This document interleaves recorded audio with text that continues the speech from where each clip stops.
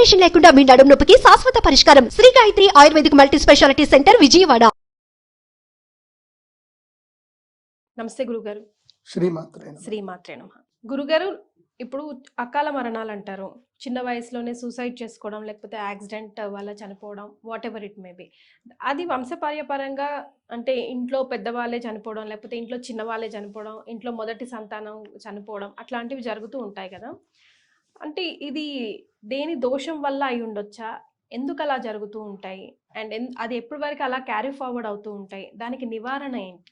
Yes, ఇది నేను జ్యోతిష్ శాస్త్రరీత్యా నేను పరిశీలన చేశాను. ఇప్పటికి నా టేబుల్ మీదకి ఒక 100 కేసులు వచ్చి ఉంటాయి ఇట్లాంటి. అంటే ఇంట్లో ఒకళ్ళు చనిపోగానే ఇప్పుడు వీటిని ఏమంటారంటే సీరియల్ మరణాలు ఉంటాయి కంటిన్యూగా. ఇంట్లో ఎవరైనా ఒకళ్ళు చనిపోయారు, కరెక్ట్గా 3 నెలలకు ఇంకోటి చనిపోతారు, కరెక్ట్గా 3 నెలలకు ఇంకోటి చనిపోతారు. 3 మరణాలు తప్పకుండా జరుగుతాయి. ఒక మరణం అయింది అంటే 3 మరణాలు అవుతాయి బ్యాక్ టు బ్యాక్. ఈ సీరియల్గా అవుతాయి అన్నమాట. ఇది ఒకటి. రెండవది, మీరు అంటున్నారు ఈ మధ్య చిన్నపిల్లలు సూసైడ్ చేసుకోవడం. ఈ సూసైడ్ కూడా అనువంశికంగా ఉంటుంది. ఒక ఇంట్లో ఏదైనా ఒకళ్ళు ఆత్మహత్య చేసుకున్నారు అని అంటే మళ్ళీ వాళ్ళ ఇంట్లో ఆత్మహత్య చేసుకుంటారు. ఎన్నేళ్ల తర్వాత అయినా అది రిపీట్ అవుతుంది. నాకు తెలిసిన వాళ్ళే ఉన్నారు, వాళ్ళ ఇంట్లోనే జరిగింది. వాళ్ళ ఇంట్లో వాళ్ళ అన్నయ్య బావిలో దూకి చనిపోయాడు, వాళ్ళ అమ్మ సూసైడ్ చేసుకొని చనిపోయింది. ఆ తర్వాత వాళ్ళ ఇంటికి కోడలుగా వెళ్ళిన వ్యక్తి 2 పిల్లలు పుట్టిన తర్వాత ఆవిడ కూడా సూసైడ్ చేసుకొని చనిపోయింది. ఆ ఇంట్లో ఇది కంటిన్యూ అవుతుంది. అట్లాగే ఇంకొక ఇళ్ళు ఉన్నారు, ఆ ఇంట్లో ఆడపిల్లలు అందరు కూడా లవ్ మ్యారేజ్ చేసుకుంటారు, కష్టాలు పడతారు, లవ్ మ్యారేజ్ చేసుకున్న ఇంట్లో సూసైడ్ చేసుకొని చచ్చిపోతారు. ఇది ఒక ఇంట్లో జరిగింది. ఇట్లా ప్రతి ఒక్కరి ఇంట్లో జరుగుతాయి. దీనికి అష్టమంగళ ప్రశ్న అని ఒకటి ఉంటుంది. దీనికి తెలుసుకోవాలి అని అంటే కేవలం అష్టమంగళ ప్రశ్న ద్వారానే తెలుసుకోవాలి తప్ప వేరే దేని వల్ల తెలుసుకోవడం జరగదు. ఇది స్పెషలిస్టులు ఎవరు అంటే దీనికి సంబంధించి మీకు కర్ణాటక మంగళూరు దగ్గర వెళుతూ ఉంటారు. మంగళూరు, కేరళ, నంబూద్రీస్ ఉంటారు, వీళ్ళు దాంట్లో స్పెషలిస్ట్. నేను అక్కడిని వాళ్ళ దగ్గర నేర్చుకున్నాను. మా గురువు గారు ఉన్నికృష్ణన్ గారు, ఆయన కూడా కేరళ ఆస్ట్రాలజర్ అన్నమాట. మా గురువు గారు మాకు అది నేర్పించారు. ప్రశ్న మార్గము అనే ఒక గ్రంథం ఉంటుంది. నేను ఇది చెప్పగానే మీరు ఇమీడియట్లీ యూట్యూబ్లో గూగుల్లో సెర్చ్ చేయండి. ప్రశ్న మార్గం నంబర్ 1, నంబర్ 2, పార్ట్ 1, పార్ట్ 2 ఉంటాయి. సో ఈ ప్రశ్న మార్గం అనే గ్రంథంలో ఈ యొక్క ఉంటుంది. దీని ఏమంటారు అంటే భూత ప్రశ్న, తర్వాత ఈ ప్రతి ఒక్క ప్రశ్న ఉంటుంది. భూత ప్రశ్న, ప్రేత ప్రశ్న, మరణ ప్రశ్న, మృత్యు ప్రశ్న, ఇలా జీవ ప్రశ్న, ధాతు మూల జీవ ప్రశ్నలు ఇవన్నీ కూడా ఉంటాయి అన్నమాట. ఇవి చాలా పెద్ద కేటగిరీ. అష్టమంగళ ప్రశ్న అంటే అష్టమంగళ విధి అని అంటారు. ఇప్పటి కూడా తిరుమల తిరుపతి దేవస్థానాన్ని కానీ పెద్ద పెద్ద దేవాలయాన్ని అన్నిటి కూడా వీళ్ళని పిలిపించి అష్టమంగళ ప్రశ్న వేయిస్తారు. ఆ దేవాలయం యొక్క శక్తి ఏమిటి, ఇక్కడ ఏమేమి తప్పులు జరిగాయి అని తెలుసుకోవడానికి అష్టమంగళ ప్రశ్న వేస్తారు. ఇప్పటికీ మీరు కర్ణాటక వెళ్తే ఉడిపి, మంగళూరు, శివమొగ్గ ఈ ప్రాంతంలో అంటే తుళునాడు అంటారు. ఇక్కడికి వెళితే ఇక్కడ మీరు ఏ దేవస్థానానికి వెళ్ళినా అక్కడ మీరు అడగండి, ఇక్కడ అష్టమంగళ ప్రశ్న వేయించారా అని అడగండి. మేము సంవత్సరంలో ఈ రోజు అష్టమంగళ ప్రశ్న వేస్తామని వాళ్ళు డేట్ కూడా చెప్తారు.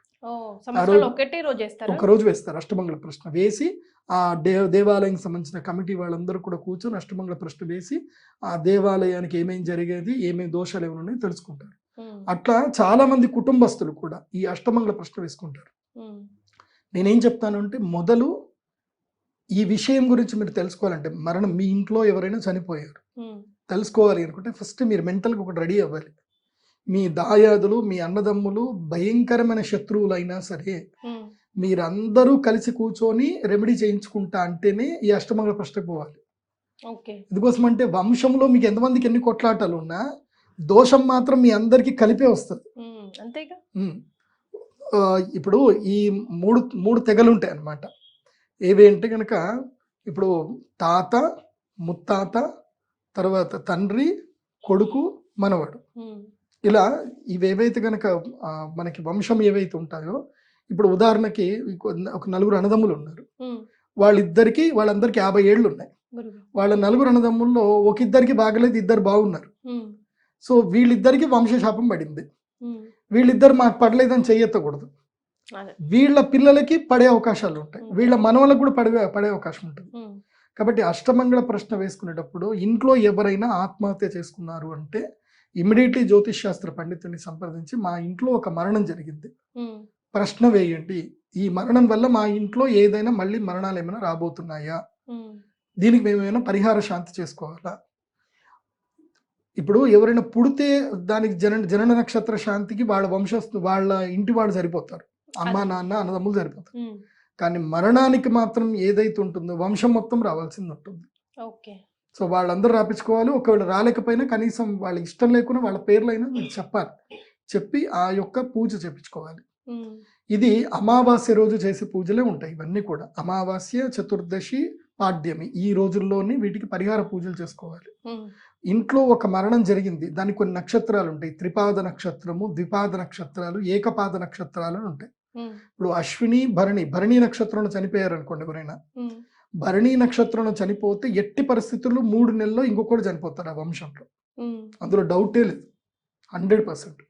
నేను రీసెంట్ గా నాకు తెలిసిన వాళ్ళు ఇక్కడనే హైదరాబాద్ లో మా మణికొండ దగ్గరలో ఉంటారు. సూసైడ్ చేసుకుంటేనా ఎలాంటి మరణమే, చనిపోతే ఇంకా చనిపోయినట్టే. భరణి నక్షత్రంలో వాళ్ళ అమ్మకి క్యాన్సర్ వచ్చి ఆమె చనిపోయింది. ఆమె చనిపోగానే నెక్స్ట్ వాళ్ళ కొడుకు చనిపోయాడు. ఆ కొడుకు చనిపోగానే వాళ్ళ తమ్ముడు కూడా చనిపోయాడు. కంటిన్యూ 3 మరణాలు. భరణి నక్షత్రంలో చనిపోకూడదు.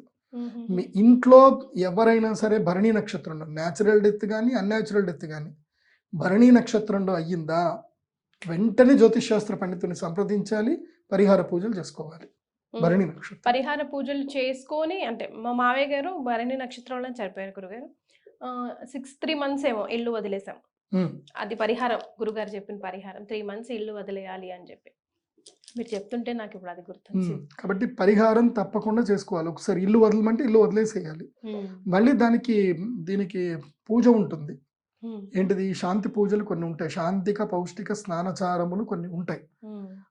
అవి తప్పకుండా చేయాలి. ఉదక శాంతి ప్రయోగం అని ఒకటి ఉంటుంది, అది తప్పకుండా చేయాలి. ఇవి చేసుకుంటేనే ఇంకో మరణం సంభవించకుండా ఉంటుంది. లేదంటే తప్పకుండా ఒక మరణం తర్వాత మళ్ళీ మరణం అనేది ఉంటుంది. అలాగే అమావాస్య మరణం చెందకూడదు. కొన్ని నక్షత్రాలు ఉంటాయి, త్రిపాద నక్షత్రాలు అని కొన్ని నక్షత్రాలు ఉంటాయి. అంటే ఆ 3 పాదాల్లో, అంటే ఉత్తరా ఫల్గు నక్షత్రం 3 పాదాల్లో ఒక పాదమేమో కన్యా రాశిలో ఉంటుంది, 3 పాదాలు సింహరాశిలో ఉంటాయి. సో త్రిపాద నక్షత్రంలో పుట్టిన, ఏకపాద నక్షత్రంలో పుట్టిన దోషాలు ఉంటాయి. కాబట్టి వాటికి సంబంధించి డీటెయిల్ మొత్తం కూడా ఉంటాయి. మీరు ఎవరైనా విజ్ఞానవంతులైనటువంటి విచక్షణ జ్యోతిష్ శాస్త్ర పండితుల్ని సంప్రదిస్తే జరుగుతాయి. కానీ వాళ్ళు మీకు సప్రమాణికంగా మీకు చెప్పగలగాలి. చాలా మంది పోయామని చెప్పేసి భయపెట్టేస్తారు, పలానా చేసుకొని అంటారు. కరెక్ట్గా చేయించుకోండి. మీకు ఏదైనా డబ్బులు ఖర్చు అవ్వకుండా ఏ పని జరగదు. డబ్బులు ఖర్చు అయినా కరెక్ట్ పర్సన్ దగ్గరికి వెళ్ళామా, చక్కగా చదువుకునే పర్సన్ దగ్గరికి వెళ్ళామా, నాలెడ్జ్ ఉందా ఈయన మాకు ఇప్పుడు కాకపోయినా ఇప్పుడు చేయి దులిపేసుకుని వెళ్ళిపోతాడా, రేపు ఎప్పటికీ మాతో ఉంటాడా అనే పర్సన్ దగ్గరికే వెళ్ళి పూజలు చేయించుకోండి. నేనైతే కనుక ఇలాంటి కేసులు చాలా వస్తున్నాయి కాబట్టి వీళ్ళందరికీ కలిపి మార్గశీర్ష అమావాస్య, అంటే డిసెంబర్లో వస్తుంది, మార్గశీర్ష అమావాస్య రోజున ఈ పూజలు నేను చేయిస్తున్నాను. కావాలంటే మీరు రిజిస్టర్ చేయించుకోండి. మార్గశీర్ష మాసంలో గోదావరి నదీ తీరానికి రావాలి. గోదావరి నదీ తీరంలోనే చేస్తాం, వేరే ఎక్కడ చేయడానికి లేదు. ఇంట్లో చేయడానికో దేవాలయంలో చేయడానికి ఉండదు, నదీ తీరంలో చేయాలి. సో ఎలాంటి వాళ్ళు రావాలంటున్నారు ఒకసారి మళ్ళీ ఒకసారి? అంటే ఎవరి ఇంట్లో అయినా ఇట్లా అకాల మరణం చెందారు, చనిపోయారు, శాంతి నక్షత్రంలో చనిపోయారు, మంగళవారంలో చనిపోయారు, అమావాస్యలో చనిపోయారు, సో సూసైడ్ చేసుకొని చనిపోయారు, లేదా యాక్సిడెంట్ ద్వారా చనిపోయారు, ఇది 80 ఏళ్ళు దాటి చనిపోయిన వాళ్ళకి దోషం ఏమి ఉండదు. ఎవరైతే 80 ఏళ్ళ 65 ఏళ్ల తర్వాత ఎవరైతే చనిపోతారో వాళ్ళకి ఏ దోషాలు ఉండవు. కాకపోతే ఈ నక్షత్రంలో చనిపోతే దోషం ఉంటుంది. అవి అకాల మరణం కిందకి రావు. అకాల మరణం ఏవి వస్తాయంటే 60 ఏళ్ల లోపల చనిపోతేనే అకాల మరణం. మోస్ట్లీ చెప్పాలంటే 30 ఏళ్ళ లోపల చనిపోతే నిజమైన అకాల మరణం. అసలు జీవితంలో ఏది చవి చూడకుండా చనిపోతేనే అది దారుణం అది. కాబట్టి అలాంటి మరణాలు ఏమైనా జరిగితే మీరు రిజిస్ట్రేషన్ చేసుకోండి. నేను అందరితో మాట్లాడతాను. మార్గశీర్ష మాసంలో 3 రోజులు టైం ఇస్తాను. ఆ 3 రోజుల్లో యాగం చేయిస్తాము, శ్రాద్ధాలు చేయిస్తాము.